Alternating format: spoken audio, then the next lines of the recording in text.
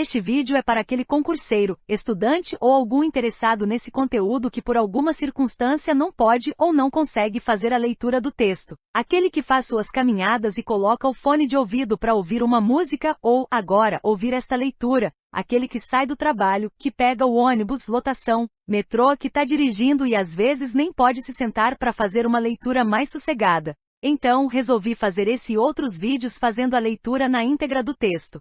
Não esquece de deixar seu like e se inscrever no canal.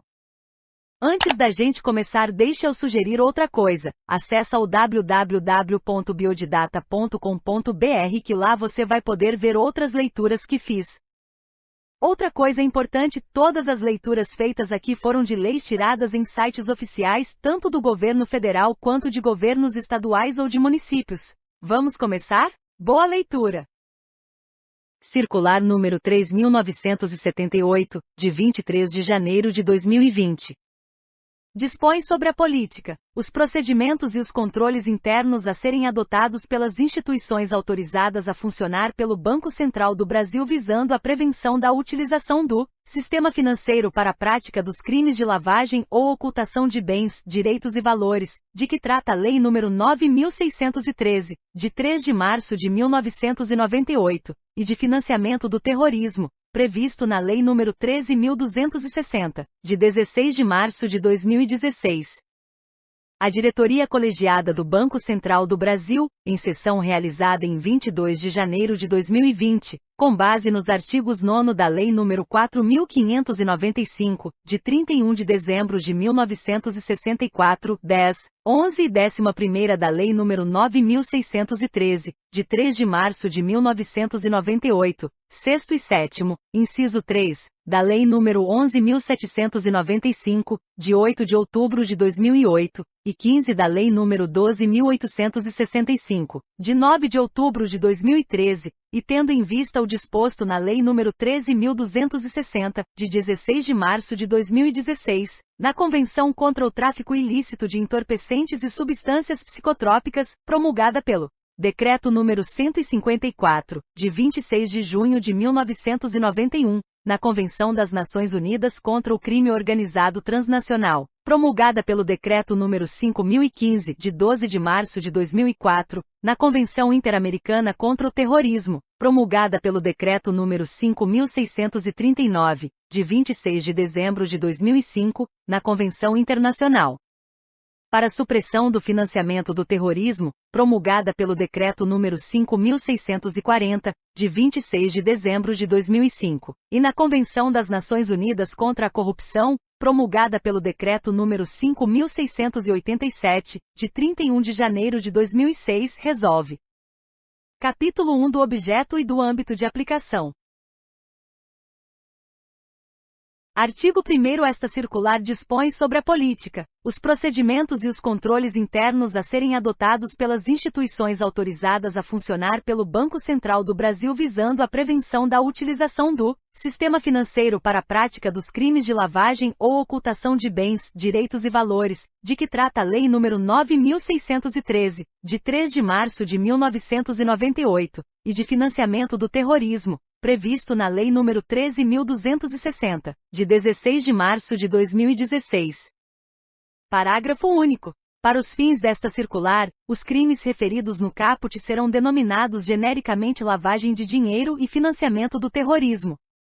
Capítulo 2 da Política de Prevenção à Lavagem de Dinheiro e ao Financiamento do Terrorismo.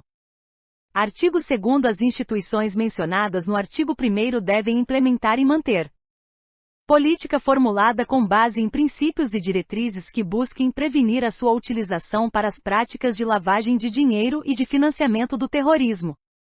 Parágrafo único. A política de que trata o caput deve ser compatível com os perfis de risco dos clientes, da instituição, das operações, transações, produtos e serviços, e dos funcionários, parceiros e prestadores de serviços terceirizados.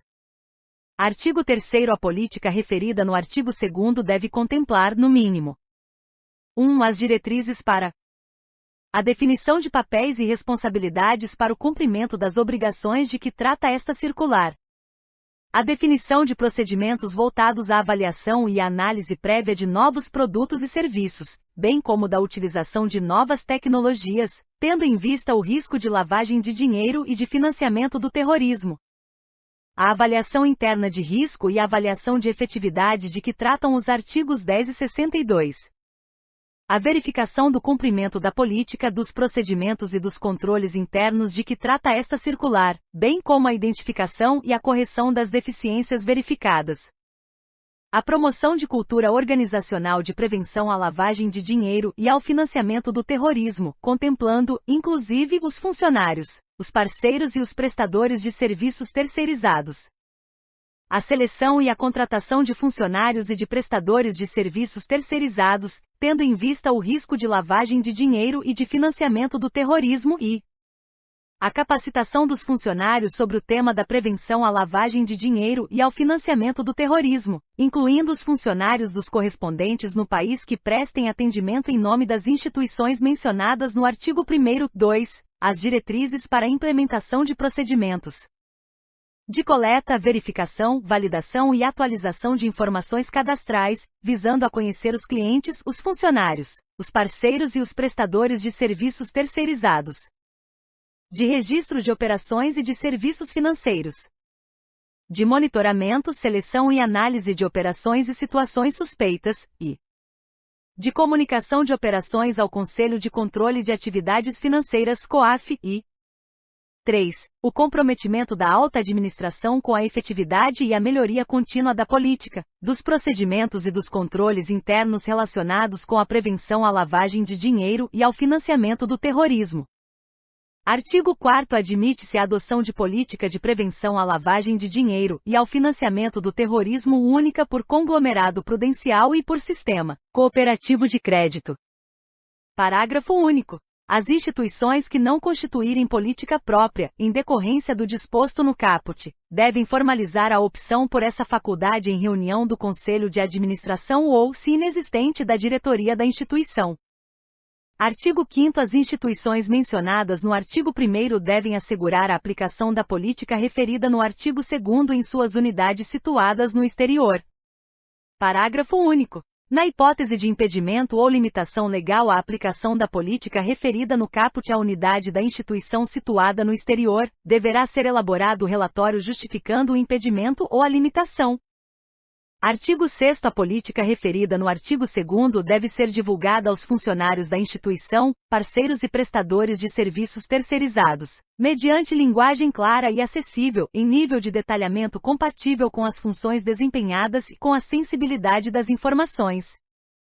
Artigo 7º. A política referida no artigo 2º deve ser documentada, aprovada pelo Conselho de Administração ou, se inexistente, pela diretoria da instituição e mantida atualizada. Capítulo 3 da Governança da Política de Prevenção à Lavagem de Dinheiro e ao Financiamento do Terrorismo.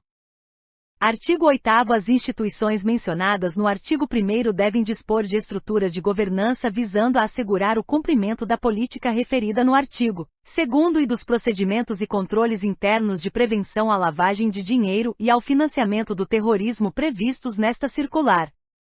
Artigo 9º. As instituições referidas no artigo 1º devem indicar formalmente ao Banco Central do Brasil o diretor responsável pelo cumprimento das obrigações previstas nesta circular. Parágrafo 1º. O diretor mencionado no caput pode desempenhar outras funções na instituição, desde que não haja conflito de interesses. Parágrafo 2º. A responsabilidade mencionada no caput deve ser observada em cada instituição, mesmo no caso de opção pela faculdade estabelecida nos artigos 4º, 11, 42, 46 e 52. Capítulo 4 da Avaliação Interna de Risco. Artigo 10. As instituições referidas no artigo 1º devem realizar avaliação interna com o objetivo de identificar e mensurar o risco de utilização de seus produtos e serviços na prática da lavagem de dinheiro e do financiamento do terrorismo. Parágrafo 1º. Para a identificação do risco de que trata o caput, a avaliação interna deve considerar, no mínimo, os perfis de risco dos clientes da instituição, incluindo o modelo de negócio e a área geográfica de atuação. das operações, transações, produtos e serviços, abrangendo todos os canais de distribuição e a utilização de novas tecnologias e das atividades exercidas pelos funcionários, parceiros e prestadores de serviços terceirizados. Parágrafo 2º. O risco identificado deve ser avaliado quanto à sua probabilidade de ocorrência e à magnitude dos impactos financeiro, jurídico, reputacional e socioambiental para a instituição. Parágrafo 3º. Devem ser definidas categorias de risco que possibilitem a adoção de controles de gerenciamento e de mitigação reforçados para situações de maior risco e a adoção de controles simplificados nas situações de menor risco. Parágrafo 4º. Devem ser utilizadas como subsídio à avaliação interna de risco, quando disponíveis, avaliações realizadas por entidades públicas do país relativas ao risco de lavagem de dinheiro e de financiamento do terrorismo. Artigo 11. A avaliação interna de risco pode ser realizada de forma centralizada em instituição do conglomerado prudencial e do sistema cooperativo de crédito. Parágrafo único. As instituições que optarem por realizar a avaliação interna de risco na forma do caput devem formalizar essa opção em reunião do Conselho de Administração ou, se inexistente, da diretoria da instituição. Artigo 12. A avaliação interna de risco deve ser documentada e aprovada pelo diretor referido no artigo 9º, 2, encaminhada para a ciência. Ao Comitê de Risco quando houver.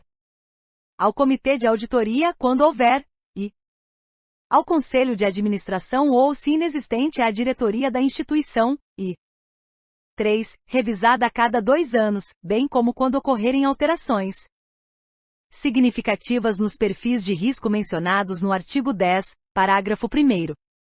Capítulo 5 dos procedimentos destinados a conhecer os clientes.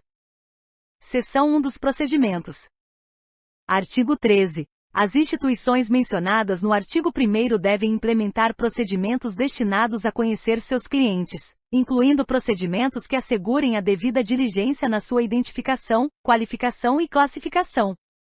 Parágrafo 1º. Os procedimentos referidos no caput devem ser compatíveis com o perfil de risco do cliente, contemplando medidas reforçadas para clientes classificados em categorias de maior risco, de acordo com a avaliação interna de risco referida no artigo 10. A política de prevenção à lavagem de dinheiro e ao financiamento do terrorismo de que trata o artigo 2º, e a avaliação interna de risco de que trata o artigo 10. Parágrafo 2º. Os procedimentos mencionados no caput devem ser formalizados em manual específico. Parágrafo 3º. O manual referido no parágrafo 2º deve ser aprovado pela diretoria da instituição e mantido atualizado. Artigo 14. As informações obtidas e utilizadas nos procedimentos referidos no artigo 13 devem ser armazenadas em sistemas informatizados e utilizadas nos procedimentos de que trata o capítulo 7. Artigo 15. Os procedimentos previstos neste capítulo devem ser observados sem prejuízo do disposto na regulamentação que disciplina produtos e serviços específicos. Seção 2 da identificação dos clientes. Artigo 16. As instituições referidas no artigo 1º devem adotar procedimentos de identificação que permitam verificar e validar a identidade do cliente. Parágrafo 1º. Os procedimentos referidos no caput devem incluir a obtenção, a verificação e a validação da autenticidade de informações de identificação do cliente, inclusive se necessário, mediante confrontação dessas informações com as disponíveis em bancos de dados de caráter público e privado. Parágrafo 2º. No processo de identificação do cliente devem ser coletados, no mínimo, o nome completo e o número de registro no cadastro de pessoas físicas, CPF, no caso de pessoa natural, e redação dada, a partir de 19/2021, pela Resolução BCB nº 119, de 27 de julho de 2021. 2. A firma ou denominação social e o número de registro no Cadastro Nacional da Pessoa Jurídica, CNPJ, no caso de pessoa jurídica. Redação dada, a partir de 19/2021, pela Resolução BCB nº 119, de 27 de julho de 2021. Parágrafo 3º. No caso de cliente pessoa natural residente no exterior desobrigada de inscrição no CPF, na forma definida pela Secretaria da Receita Federal do Brasil, admite-se a utilização de documento de viagem na forma da lei, devendo ser coletados, no mínimo, o país emissor, o número e o tipo do documento. Parágrafo 4º. No caso de cliente pessoa jurídica com domicílio ou sede no exterior desobrigada de inscrição no CNPJ, na forma definida pela Secretaria da Receita Federal do Brasil, as instituições devem coletar, no mínimo, o nome da empresa, o endereço da sede e o número de identificação ou de registro da empresa no respectivo país de origem. Artigo 17. As informações referidas no artigo 16 devem ser mantidas atualizadas. Seção 3 da qualificação dos clientes. Artigo 18. As instituições mencionadas no artigo 1º devem adotar procedimentos que permitam qualificar seus clientes por meio da coleta, verificação e validação de informações, compatíveis com o perfil de risco do cliente e com a natureza da relação de negócio. Parágrafo 1º. Os procedimentos de qualificação referidos no caput devem incluir a coleta de informações que permitam redação dada a partir de 19/2021, pela Resolução BCB nº 119, de 27 de julho de 2021. Identificar o local de residência no caso de pessoa natural, incluído a partir de 19/2021, pela Resolução BCB nº 119, de 27 de julho de 2021. Identificar o local da sede ou filial no caso de pessoa jurídica, e incluído a partir de 19/2021, pela Resolução BCB nº 119, de 27 de julho de 2021. Avaliar a capacidade financeira do cliente, incluindo a renda no caso de pessoa natural, ou faturamento no caso de pessoa jurídica, incluído a partir de 19/2021, pela Resolução BCB nº 119, de 27 de julho de 2021.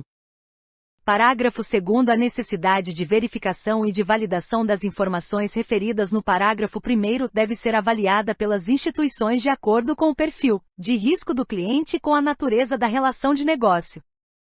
Parágrafo 3º. Nos procedimentos de que trata o caput, devem ser coletadas informações adicionais do cliente compatíveis com o risco de utilização de produtos e serviços na prática da lavagem de dinheiro e do financiamento do terrorismo. Parágrafo 4º. A qualificação do cliente deve ser reavaliada de forma permanente, de acordo com a evolução da relação de negócio e do perfil de risco. Parágrafo 5º. As informações coletadas na qualificação do cliente devem ser mantidas atualizadas. Parágrafo 6º. O Banco Central do Brasil poderá divulgar rol de informações a serem coletadas, verificadas e validadas em procedimentos específicos de qualificação de clientes. Artigo 19. Os procedimentos de qualificação referidos no artigo 18 devem incluir a verificação da condição do cliente como pessoa exposta politicamente, nos termos do artigo 27, bem como a verificação da condição de representante, familiar ou estreito colaborador dessas pessoas.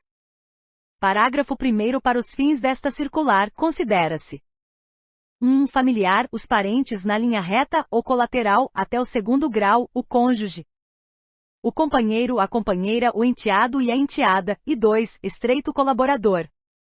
Pessoa natural conhecida por ter qualquer tipo de estreita relação com pessoa exposta politicamente, inclusive por ter participação conjunta em pessoa jurídica de direito privado. Figurar como mandatária, ainda que por instrumento particular da pessoa mencionada no item 1, ou ter participação conjunta em arranjos sem personalidade jurídica e pessoa natural que tem o controle de pessoas jurídicas ou de arranjos sem personalidade jurídica, conhecidos por terem sido criados para o benefício de pessoa exposta politicamente. Parágrafo 2º. Para os clientes qualificados como pessoa exposta politicamente ou como representante, familiar ou estreito colaborador dessas pessoas, as instituições mencionadas no artigo 1º devem adotar procedimentos e controles internos compatíveis com essa qualificação. Considerar essa qualificação na classificação do cliente nas categorias de risco referidas no artigo 20 e avaliar o interesse no início ou na manutenção do relacionamento com o cliente. Parágrafo 3º. A avaliação mencionada no parágrafo 2º, inciso 3, deve ser realizada por detentor de cargo ou função de nível hierárquico superior ao do responsável pela autorização do relacionamento com o cliente. Seção 4 da classificação dos clientes. Artigo 20. As instituições mencionadas no artigo 1º devem classificar seus clientes nas categorias de risco definidas na avaliação interna de risco mencionada no artigo 10, com base nas informações obtidas nos procedimentos de qualificação do cliente referidos no artigo 18. Parágrafo único. A classificação mencionada no caput deve ser realizada com base no perfil de risco do cliente e na natureza da relação de negócio e revista sempre que houver alterações no perfil de risco do cliente e na natureza da relação de negócio. Seção 5. Disposições comuns à identificação, à qualificação e à classificação dos clientes. Artigo 21. As instituições referidas no artigo 1º devem adotar os procedimentos de identificação, de qualificação e de classificação previstos neste capítulo para os administradores de clientes pessoas jurídicas e para os representantes de clientes. Parágrafo único. Os procedimentos referidos no caput devem ser compatíveis com a função exercida pelo administrador e com a abrangência da representação. Artigo 22. Os critérios utilizados para a definição das informações necessárias e dos procedimentos de verificação, validação e atualização das informações para cada categoria de risco devem ser previstos no manual de que trata o artigo 13, parágrafo 2º.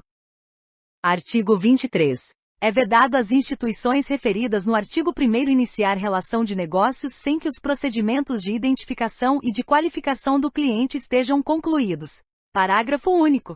Admite-se por um período máximo de 30 dias, o início da relação de negócios em caso de insuficiência de informações relativas à qualificação do cliente, desde que não haja prejuízo aos procedimentos de monitoramento e seleção de que trata o artigo 39. Seção 6 da identificação e da qualificação do beneficiário final. Artigo 24. Os procedimentos de qualificação do cliente pessoa jurídica devem incluir a análise da cadeia de participação societária até a identificação da pessoa natural, caracterizada como seu beneficiário final, observado o disposto no artigo 25. Parágrafo 1º devem ser aplicados à pessoa natural referida no caput no mínimo, os procedimentos de qualificação definidos para a categoria de risco do cliente pessoa jurídica na qual o beneficiário final detém a participação societária.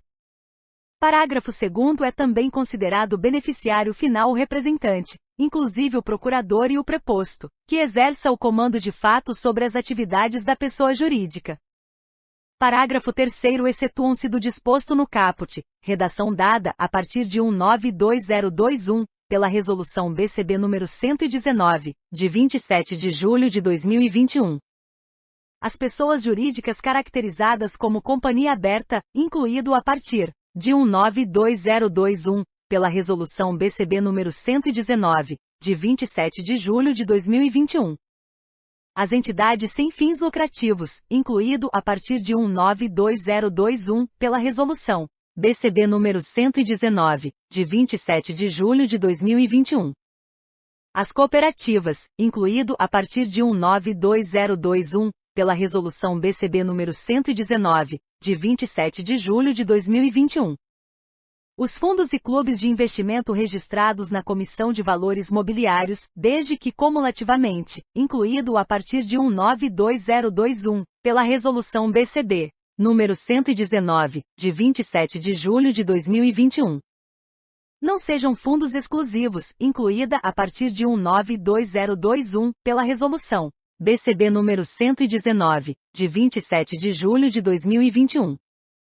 Obtenham recursos de investidores com o propósito de atribuir o desenvolvimento e a gestão de uma carteira de investimento a um gestor qualificado que deve ter plena discricionariedade na representação e na tomada de decisão perante as entidades investidas, não sendo obrigado a consultar os cotistas para essas decisões e tampouco indicar os cotistas ou partes a eles ligadas para atuar nas entidades investidas e, incluída a partir de 192021, pela Resolução BCB nº 119, de 27 de julho de 2021. Seja informado o número de registro no CPF, no caso de pessoa natural, ou do número de registro no CNPJ, no caso de pessoa jurídica, de todos os cotistas para a Secretaria Especial da Receita Federal do Brasil, RFB, na forma por esta definida em regulamentação específica, incluída a partir de 192021, pela Resolução BCB nº 119, de 27 de julho de 2021.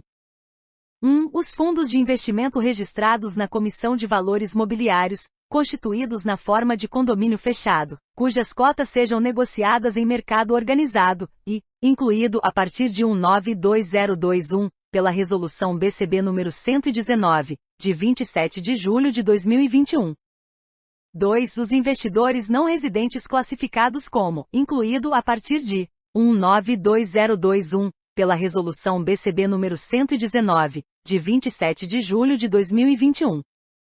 Governos, entidades governamentais e bancos centrais, assim como fundos soberanos ou companhias de investimento controladas por fundos soberanos e similares, incluída, a partir de 192021, pela Resolução BCB nº 119, de 27 de julho de 2021. Organismos multilaterais, incluída a partir de 192021, pela Resolução BCB, número 119, de 27 de julho de 2021.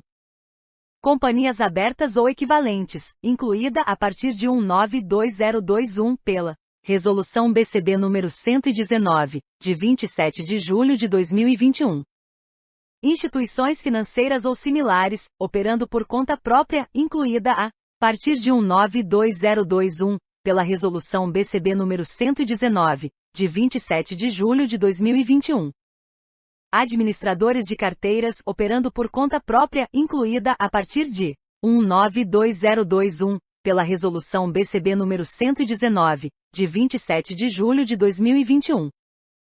Sociedades seguradoras e entidades de previdência privada, e incluída a partir de 192021, pela Resolução BCB número 119, de 27 de julho de 2021. Fundos de investimento desde que cumulativamente, incluída a partir de 192021, pela Resolução BCB número 119, de 27 de julho de 2021.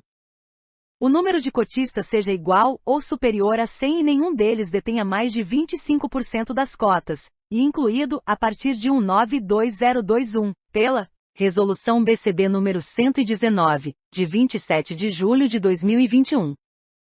A administração da carteira de ativos seja feita de forma discricionária por administrador profissional sujeito à fiscalização de autoridade supervisora com a qual o Banco Central do Brasil mantenha convênio para a troca de informações relativas à prevenção da utilização do sistema financeiro para a prática dos crimes de lavagem de dinheiro e de financiamento do terrorismo, incluído a partir de 192021, pela Resolução BCB número 119 de 27 de julho de 2021.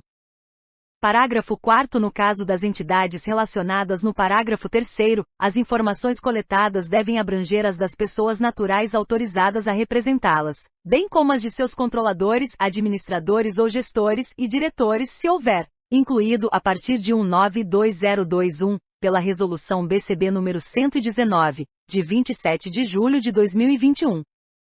Artigo 25. As instituições mencionadas no artigo 1º devem estabelecer valor mínimo de referência de participação societária para a identificação de beneficiário final. Parágrafo 1º. O valor mínimo de referência de participação societária de que trata o caput deve ser estabelecido com base no risco e não pode ser superior a 25%, considerada em qualquer caso a participação direta e a indireta. Parágrafo 2º. O valor de referência de que trata o caput deve ser justificado e documentado no Manual de Procedimentos referido no artigo 13, parágrafo 2º. Artigo 26.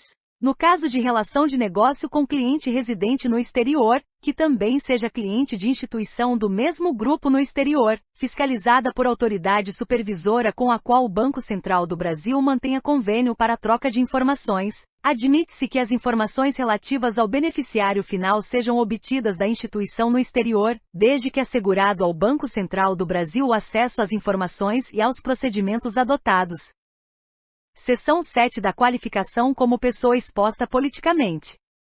Artigo 27. As instituições mencionadas no artigo 1º devem implementar procedimentos que permitam qualificar seus clientes como pessoa exposta politicamente. Parágrafo 1º. Consideram-se pessoas expostas politicamente Os detentores de mandatos eletivos dos poderes executivo e legislativo da União.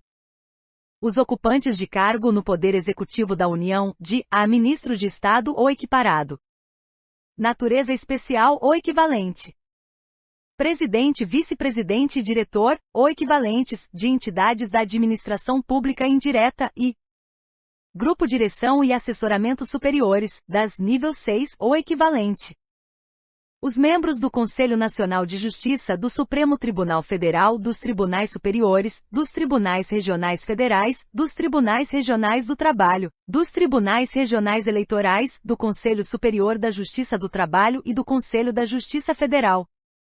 Os membros do Conselho Nacional do Ministério Público, o Procurador-Geral da República, o Vice-Procurador-Geral da República, o Procurador-Geral do Trabalho, o Procurador-Geral da Justiça Militar, os Subprocuradores-Gerais da República e os Procuradores-Gerais de Justiça dos Estados e do Distrito Federal.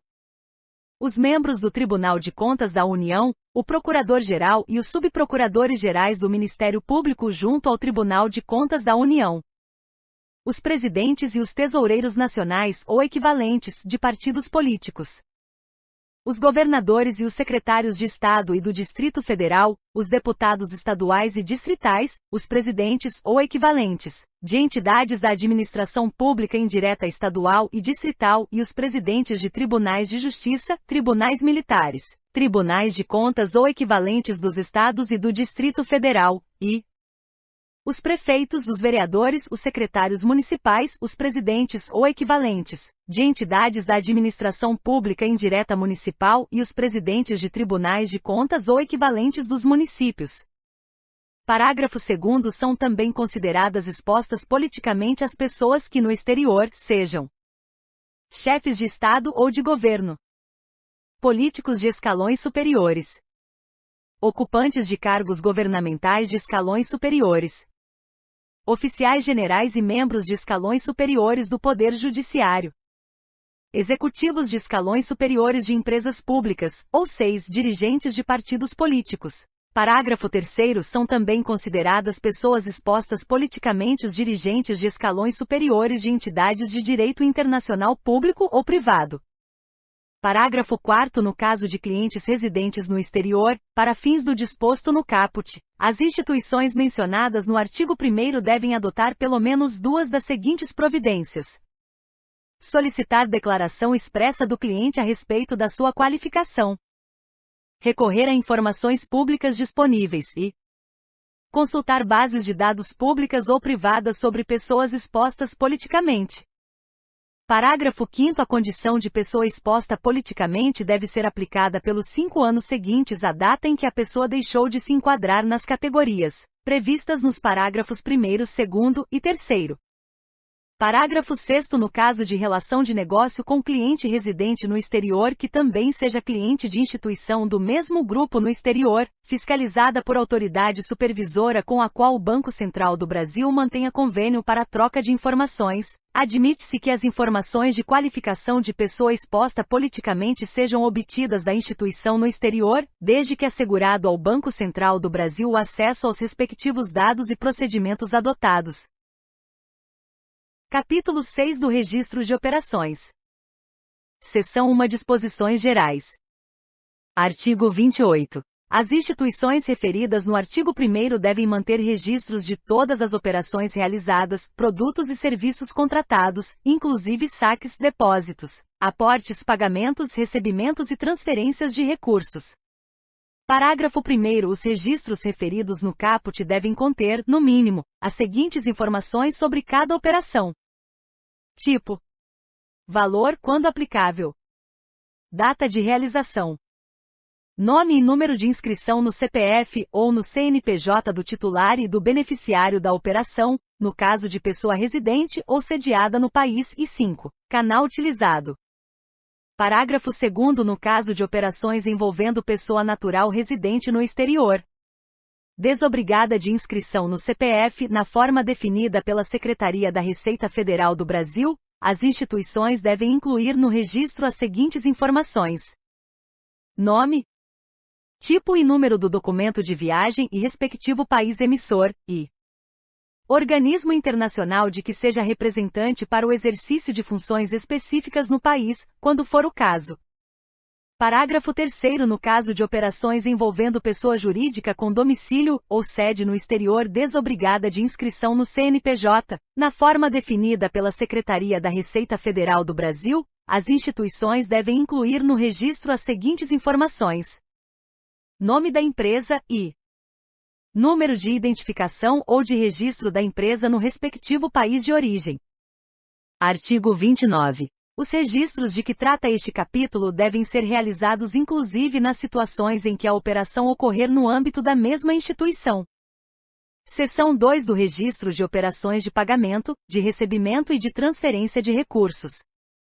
Artigo 30. No caso de operações relativas a pagamentos, recebimentos e transferências de recursos, por meio de qualquer instrumento, as instituições referidas no artigo 1º devem incluir nos registros mencionados no artigo 28 as informações necessárias à identificação da origem e do destino dos recursos. Parágrafo 1º. A origem mencionada no caput refere-se à instituição pagadora, sacada ou remetente e à pessoa sacada ou remetente dos recursos, bem como ao instrumento de transferência ou de pagamento utilizado na transação. Parágrafo 2º. O destino mencionado no caput refere-se à instituição recebedora ou destinatária e à pessoa recebedora ou destinatária dos recursos, bem como ao instrumento de transferência ou de pagamento utilizado na transação. Parágrafo 3º. Para fins do cumprimento do disposto no caput, devem ser incluídas no registro das operações, no mínimo, as seguintes informações, quando couber: nome e número de inscrição no CPF ou no CNPJ do remetente ou sacado. Nome e número de inscrição no CPF ou no CNPJ do recebedor ou beneficiário.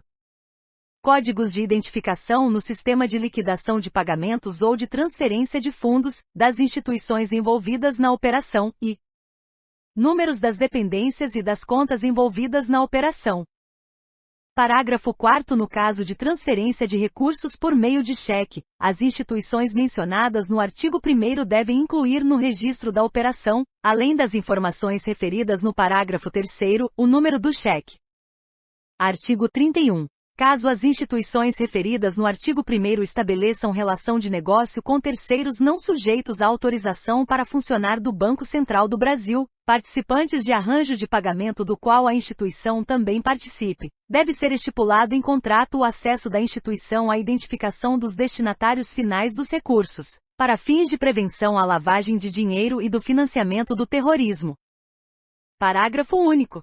O disposto no caput se aplica inclusive no caso de relação de negócio que envolva a interoperabilidade com arranjo de pagamento não sujeito à autorização pelo Banco Central do Brasil, do qual as instituições referidas no artigo 1º não participem.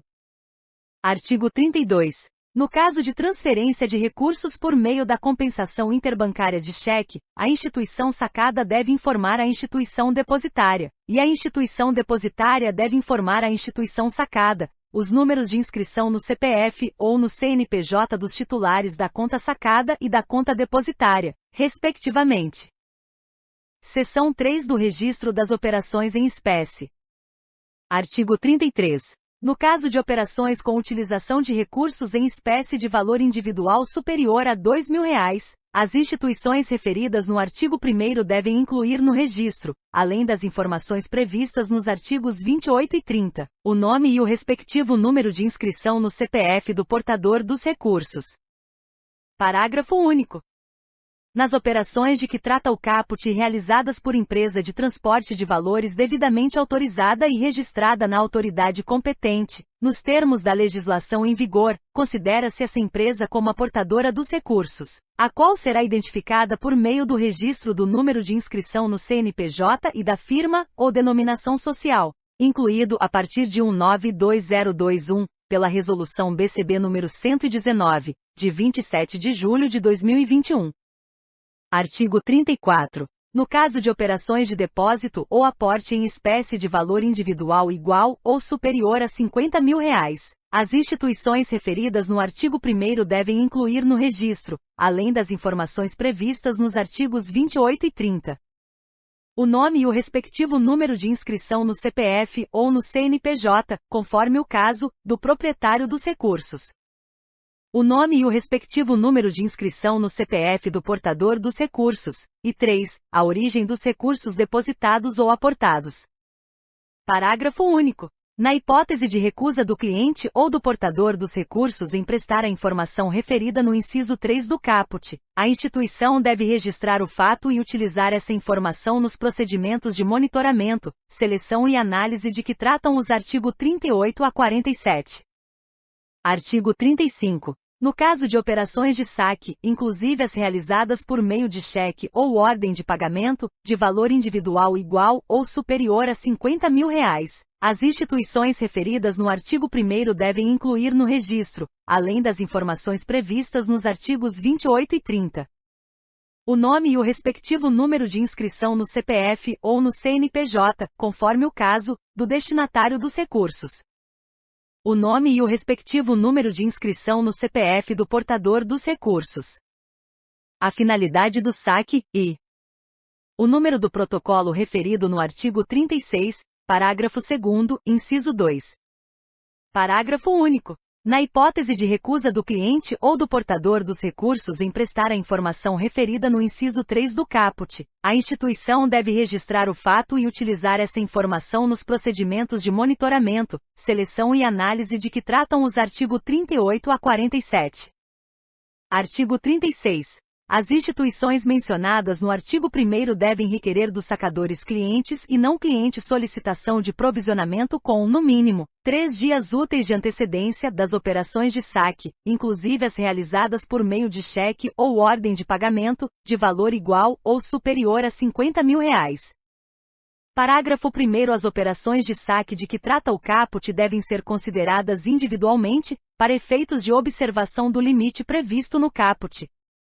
Parágrafo 2º. As instituições referidas no caput devem possibilitar a solicitação de provisionamento por meio do sítio eletrônico da instituição na internet e das agências ou postos de atendimento. Emitir protocolo de atendimento ao cliente ou ao sacador não cliente, no qual devem ser informados o valor da operação, a dependência na qual deverá ser efetuado o saque e a data programada para o saque e registrar, no ato da solicitação de provisionamento, as informações indicadas no artigo 35, conforme o caso. Parágrafo 3º. No caso de saque em espécie a ser realizado por meio de cheque por sacador não cliente, a solicitação de provisionamento de que trata o caput deve ser realizada exclusivamente em agências ou em postos de atendimento. Parágrafo 4º. O disposto neste artigo deve ser observado sem prejuízo do artigo 2º da Resolução nº 3.695, de 26 de março de 2009. Artigo 37. As instituições referidas no artigo 1º devem manter registro específico de recebimentos de boleto de pagamento pagos com recursos em espécie. Parágrafo único. A instituição que receber boleto de pagamento que não seja de sua emissão deve remeter à instituição emissora a informação de que o boleto foi pago em espécie. Capítulo 7. Do monitoramento, da seleção e da análise de operações e situações suspeitas. Seção 1 dos procedimentos de monitoramento, seleção e análise de operações e situações suspeitas. Artigo 38. As instituições referidas no artigo 1º devem implementar procedimentos de monitoramento, seleção e análise de operações e situações com o objetivo de identificar e dispensar especial atenção às suspeitas de lavagem de dinheiro e de financiamento do terrorismo. Parágrafo 1º. Para os fins desta circular, operações e situações suspeitas referem-se a qualquer operação ou situação que apresente indícios de utilização da instituição para a prática dos crimes de lavagem de dinheiro e de financiamento do terrorismo. Parágrafo 2º. Os procedimentos de que trata o caput devem ser aplicados, inclusive, às propostas de operações. Parágrafo 3º. Os procedimentos mencionados no caput devem ser compatíveis com a política de prevenção à lavagem de dinheiro e ao financiamento do terrorismo de que trata o artigo 2º. Ser definidos com base na avaliação interna de risco de que trata o artigo 10. Considerar a condição de pessoa exposta politicamente, nos termos do artigo 27, bem como a condição de representante, familiar ou estreito colaborador da pessoa exposta politicamente, nos termos do artigo 19, e estar descritos em manual específico, aprovado pela diretoria da instituição. Seção 2 do monitoramento e da seleção de operações e situações suspeitas. Artigo 39. As instituições referidas no artigo 1º devem implementar procedimentos de monitoramento e seleção que permitam identificar operações e situações que possam indicar suspeitas de lavagem de dinheiro e de financiamento do terrorismo, especialmente 1. As operações realizadas e os produtos e serviços contratados que, considerando as partes envolvidas, os valores, as formas de realização, os instrumentos utilizados ou a falta de fundamento econômico ou legal, possam configurar a existência de indícios de lavagem de dinheiro ou de financiamento do terrorismo, inclusive as operações realizadas ou os serviços prestados que por sua habitualidade, valor ou forma, configurem artifício que objetive burlar os procedimentos de identificação, qualificação, registro, monitoramento e seleção previstos nesta circular.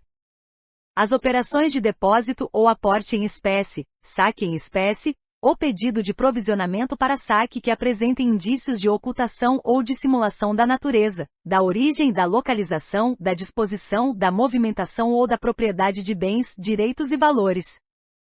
As operações realizadas e os produtos e serviços contratados que, considerando as partes e os valores envolvidos, apresentem incompatibilidade com a capacidade financeira do cliente, incluindo a renda, no caso de pessoa natural, ou faturamento no caso de pessoa jurídica, e o patrimônio.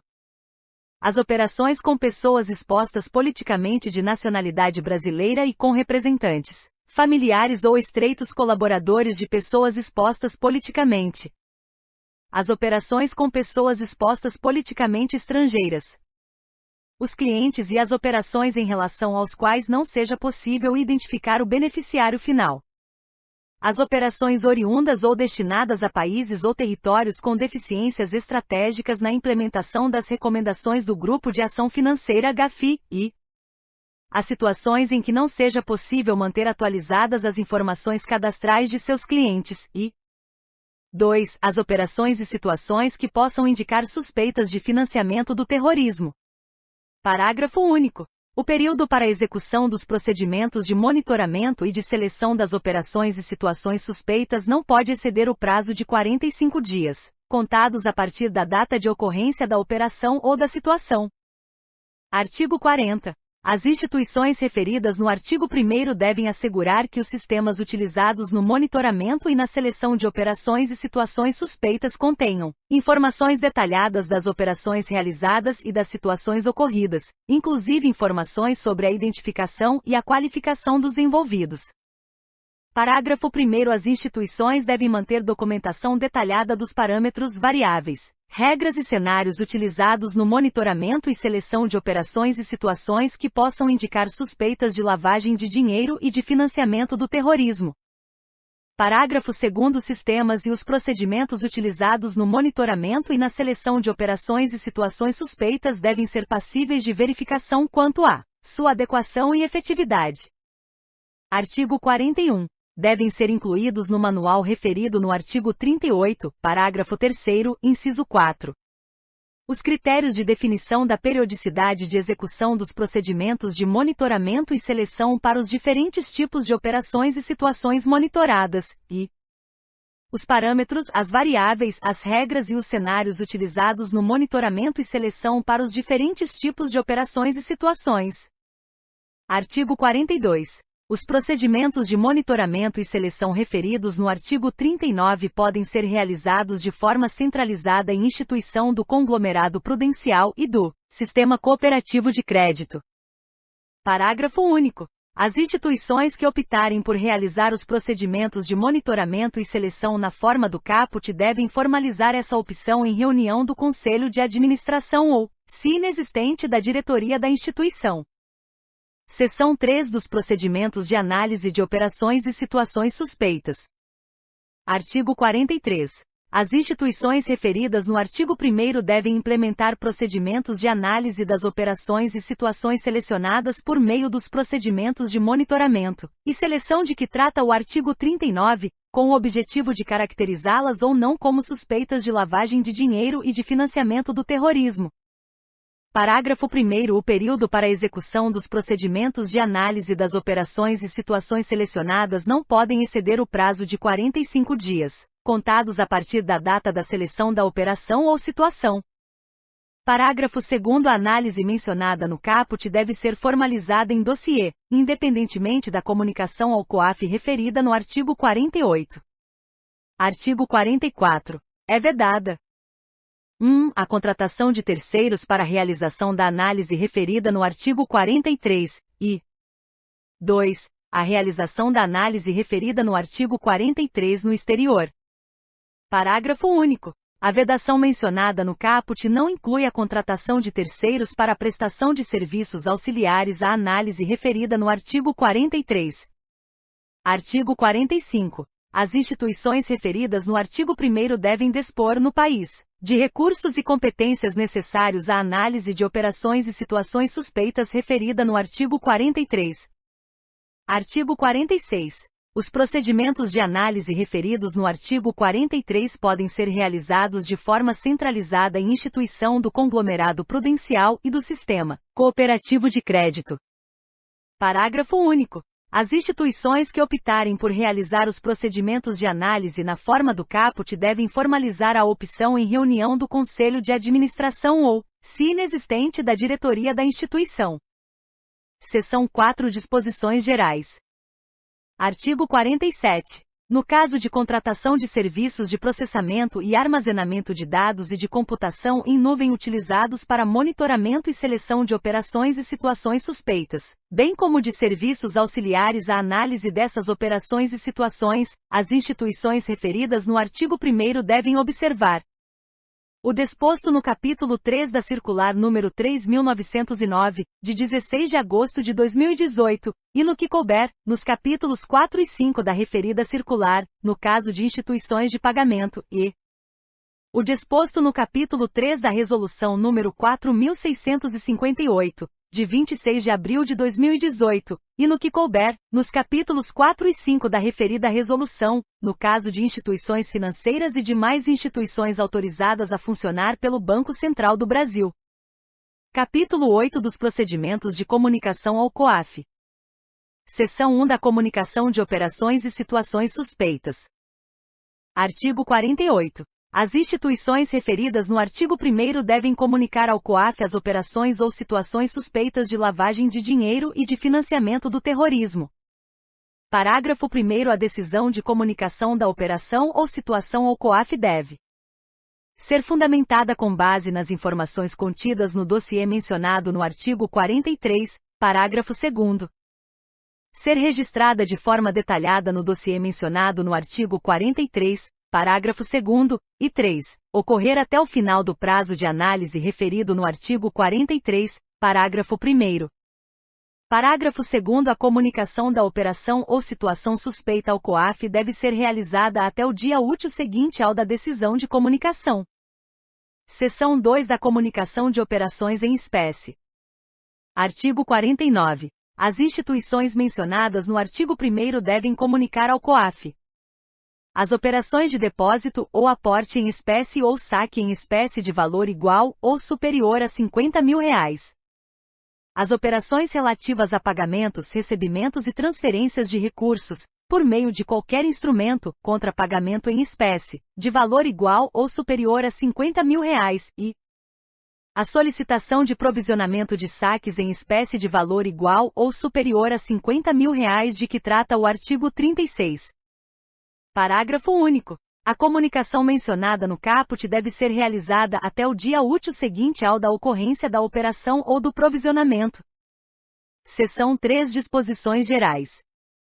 Artigo 50. As instituições referidas no artigo 1º devem realizar as comunicações mencionadas nos artigos 48 e 49 sem dar ciência aos envolvidos ou a terceiros. Artigo 51. As comunicações alteradas ou canceladas após o 5º dia útil seguinte ao da sua realização devem ser acompanhadas de justificativa da ocorrência. Artigo 52. As comunicações podem ser realizadas de forma centralizada por meio de instituição do conglomerado prudencial e de sistema cooperativo de crédito, em nome da instituição na qual ocorreu a operação ou a situação. Parágrafo único. As instituições que optarem por realizar as comunicações de forma centralizada, nos termos do caput, deve formalizar a opção em reunião do Conselho de Administração ou, se inexistente, da diretoria da instituição. Artigo 53.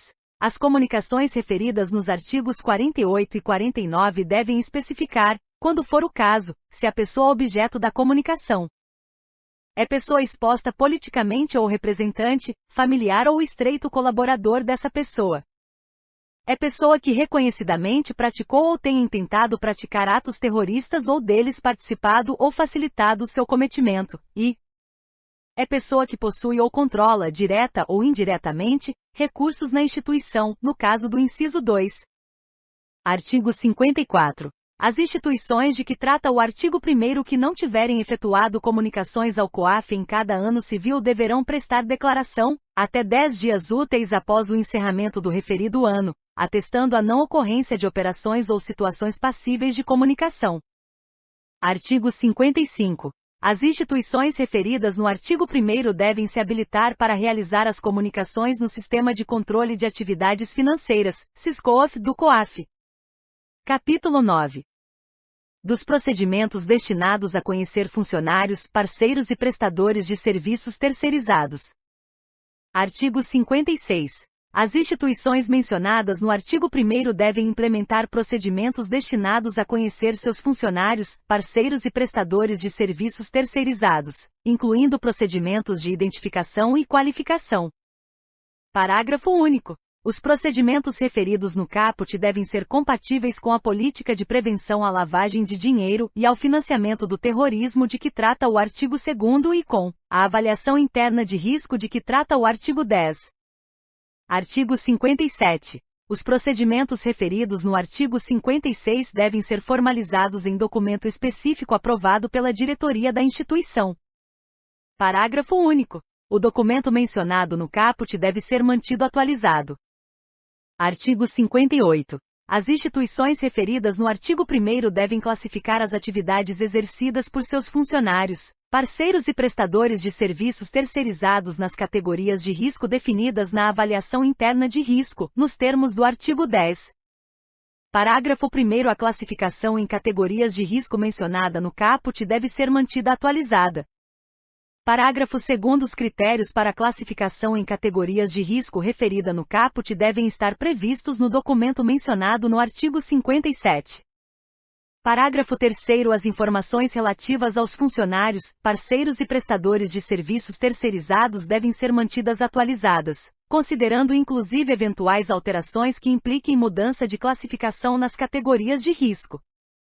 Artigo 59. As instituições referidas no artigo 1º, na celebração de contratos com instituições financeiras sediadas no exterior, devem obter informações sobre o contratado que permitam compreender a natureza de sua atividade e a sua reputação. Verificar se o contratado foi objeto de investigação ou de ação de autoridade supervisora relacionada com lavagem de dinheiro ou com financiamento do terrorismo. Certificar que o contratado tem presença física no país onde está constituído ou licenciado. Conhecer os controles adotados pelo contratado relativos à prevenção à lavagem de dinheiro e ao financiamento do terrorismo. Obter a aprovação do detentor de cargo ou função de nível hierárquico superior ao do responsável pela contratação e dar ciência do contrato de parceria ao diretor mencionado no artigo 9º. Parágrafo único. O disposto no caput aplica-se inclusive às relações de parceria estabelecidas com bancos correspondentes no exterior. Artigo 60. As instituições referidas no artigo 1º na celebração de contratos com terceiros não sujeitos à autorização para funcionar do Banco Central do Brasil, participantes de arranjo de pagamento do qual a instituição também participe devem obter informações sobre o terceiro que permitam compreender a natureza de sua atividade e a sua reputação. Verificar se o terceiro foi objeto de investigação ou de ação de autoridade supervisora relacionada com lavagem de dinheiro ou com financiamento do terrorismo. Certificar que o terceiro tem licença do instituidor do arranjo para operar, quando for o caso. Conhecer os controles adotados pelo terceiro relativos à prevenção à lavagem de dinheiro e ao financiamento do terrorismo e Dar ciência do contrato ao diretor mencionado no artigo 9º. Capítulo 10 dos mecanismos de acompanhamento e de controle. Artigo 61. As instituições mencionadas no artigo 1º devem instituir mecanismos de acompanhamento e de controle de modo a assegurar a implementação e a adequação da política, dos procedimentos e dos controles internos de que trata esta circular, incluindo a definição de processos, testes e trilhas de auditoria, a definição de métricas e indicadores adequados, e a identificação e a correção de eventuais deficiências. Parágrafo único. Os mecanismos de que trata o caput devem ser submetidos a testes periódicos pela auditoria interna, quando aplicáveis, compatíveis com os controles internos da instituição. Capítulo 11 da avaliação de efetividade. Artigo 62. As instituições referidas no artigo 1º devem avaliar a efetividade da política, dos procedimentos e dos controles internos de que trata esta circular. Parágrafo 1º. A avaliação referida no caput deve ser documentada em relatório específico. Parágrafo 2º. O relatório de que trata o parágrafo 1º deve ser elaborado anualmente com database de 31 de dezembro e encaminhado para a ciência até 31 de março do ano seguinte ao da database, a. ao Comitê de Auditoria, quando houver, e b. ao Conselho de Administração ou, se inexistente, à diretoria da instituição. Artigo 63. O relatório referido no artigo 62, parágrafo 1º deve 1. Conter informações que descrevam a metodologia adotada na avaliação de efetividade, os testes aplicados, a qualificação dos avaliadores e as deficiências identificadas, e 2. Conter, no mínimo, a avaliação dos procedimentos destinados a conhecer clientes, incluindo a verificação e a validação das informações dos clientes e a adequação dos dados cadastrais, dos procedimentos de monitoramento, seleção, análise e comunicação ao COAF, incluindo a avaliação de efetividade dos parâmetros de seleção de operações e de situações suspeitas, da governança da política de prevenção à lavagem de dinheiro e ao financiamento do terrorismo, das medidas de desenvolvimento da cultura organizacional voltadas à prevenção da lavagem de dinheiro e ao financiamento do terrorismo, dos programas de capacitação periódica de pessoal, dos procedimentos destinados a conhecer os funcionários, parceiros e prestadores de serviços terceirizados, e das ações de regularização dos apontamentos oriundos da auditoria interna e da supervisão do Banco Central do Brasil. Artigo 64. Admite-se a elaboração de um único relatório de avaliação de efetividade nos termos do artigo 62, parágrafo 1º, relativo às instituições do conglomerado prudencial e do sistema cooperativo de crédito. Parágrafo único. As instituições que optarem por realizar o relatório de avaliação de efetividade na forma do caput devem formalizar a opção em reunião do Conselho de Administração ou, se inexistente, da diretoria da instituição. Artigo 65. As instituições referidas no artigo 1º devem elaborar plano de ação destinado a solucionar as deficiências identificadas por meio da avaliação de efetividade de que trata o artigo 62. Parágrafo 1º. O acompanhamento da implementação do plano de ação referido no caput deve ser documentado por meio de relatório de acompanhamento. Parágrafo 2º. O plano de ação e o respectivo relatório de acompanhamento devem ser encaminhados para ciência e avaliação, até 30 de junho do ano seguinte ao da database do relatório de que trata o artigo 62, parágrafo 1º. Do Comitê de Auditoria, quando houver. Da diretoria da instituição, e do Conselho de Administração, quando existente. Capítulo 12. Disposições finais. Artigo 66. Devem permanecer à disposição do Banco Central do Brasil o documento de que trata o artigo 7º, inciso 1, relativo à política de prevenção à lavagem de dinheiro e ao financiamento do terrorismo de que trata o artigo 2º. A ata de reunião do Conselho de Administração ou, na sua inexistência, da diretoria da instituição, no caso de ser formalizada a opção de que trata o caput do artigo 4º. O relatório de que trata o artigo 5º, parágrafo único, se existente. O documento relativo à avaliação interna de risco de que trata o artigo 12, inciso 1, juntamente com a documentação de suporte à sua elaboração. O contrato referido no artigo 31. A ata de reunião do Conselho de Administração ou, na sua inexistência, da diretoria da instituição, no caso de serem formalizadas as opções mencionadas nos artigos 11, 42, 46, 52 e 64. O relatório de avaliação de efetividade de que trata o artigo 62, parágrafo 1º. As versões anteriores da avaliação interna de risco de que trata o artigo 10. O manual relativo aos procedimentos destinados a conhecer os clientes referido no artigo 13, parágrafo 2º. O manual relativo aos procedimentos de monitoramento, seleção e análise de operações e situações suspeitas mencionado no artigo 38, parágrafo 3º, inciso 4.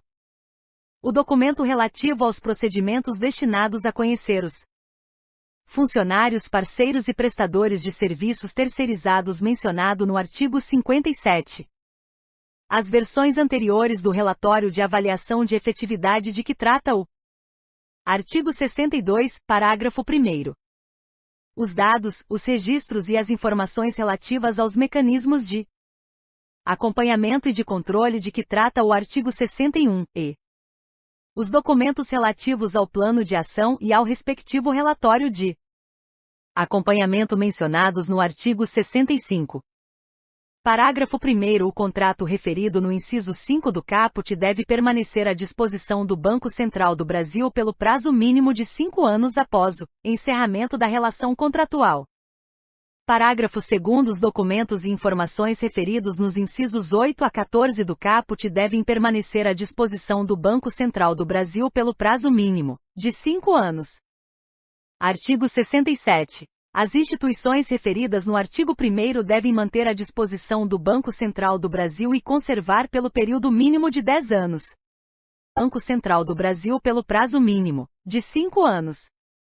As informações coletadas nos procedimentos destinados a conhecer os clientes de que tratam os artigos 13, 16 e 18, contado o prazo referido no caput a partir do primeiro dia do ano seguinte ao término do relacionamento com o cliente.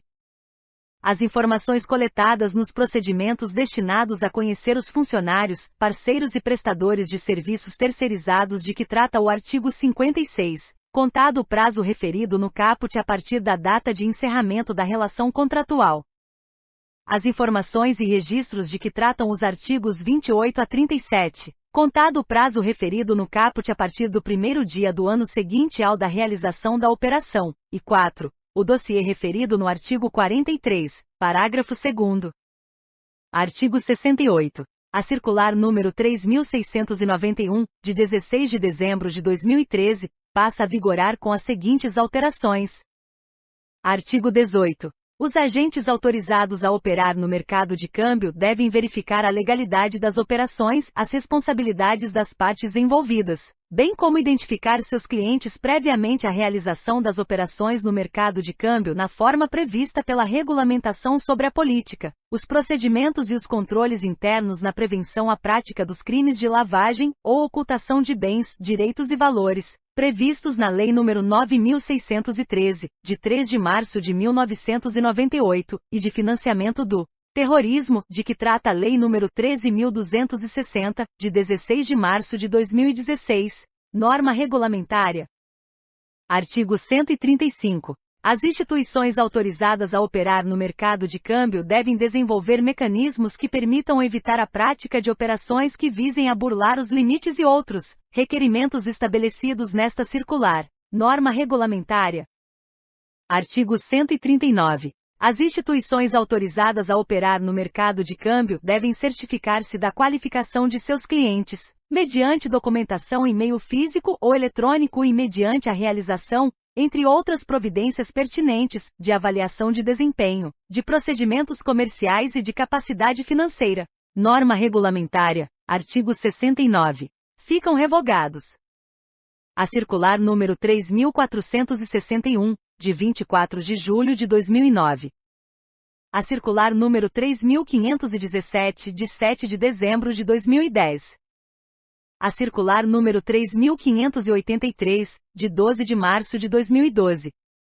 A circular número 3.654, de 27 de março de 2013. A circular número 3.839, de 28 de junho de 2017. A circular número 3.889, de 28 de março de 2018. Os artigos 6º, 6A e 6B da circular número 3.680, de 4 de novembro de 2013. O parágrafo 2º do artigo 11 da circular número 3.691, de 2013. O parágrafo único do artigo 19 da circular número 3.691, de 2013. O artigo 32 da circular número 3.691, de 2013. O inciso 4 do artigo 32A da circular número 3.691, de 2013. Os incisos 1 e 2 do artigo 139 da circular número 3.691, de 2013. O artigo 166 da circular número 3.691, de 2013. O artigo 170 da circular número 3.691, de 2013. O artigo 213 da circular número 3.691, de 2013.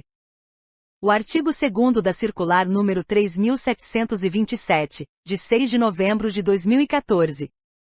O artigo 3º da circular número 3.780, de 21 de janeiro de 2016, e vide circular número 3.942, de 21 de maio de 2019. O artigo 18 da circular número 3.858, de 14 de novembro de 2017. Artigo 70. Esta circular entra em vigor em 1º de outubro de 2020. Redação dada a partir de 1/6/2020, pela circular número 4005, de 16 de abril de 2020. Otávio Ribeiro Damaso, diretor de regulação. Este texto não substitui o publicado no DOU de 24 de janeiro de 2020, seção 1, P 2428, e no CISBACEN.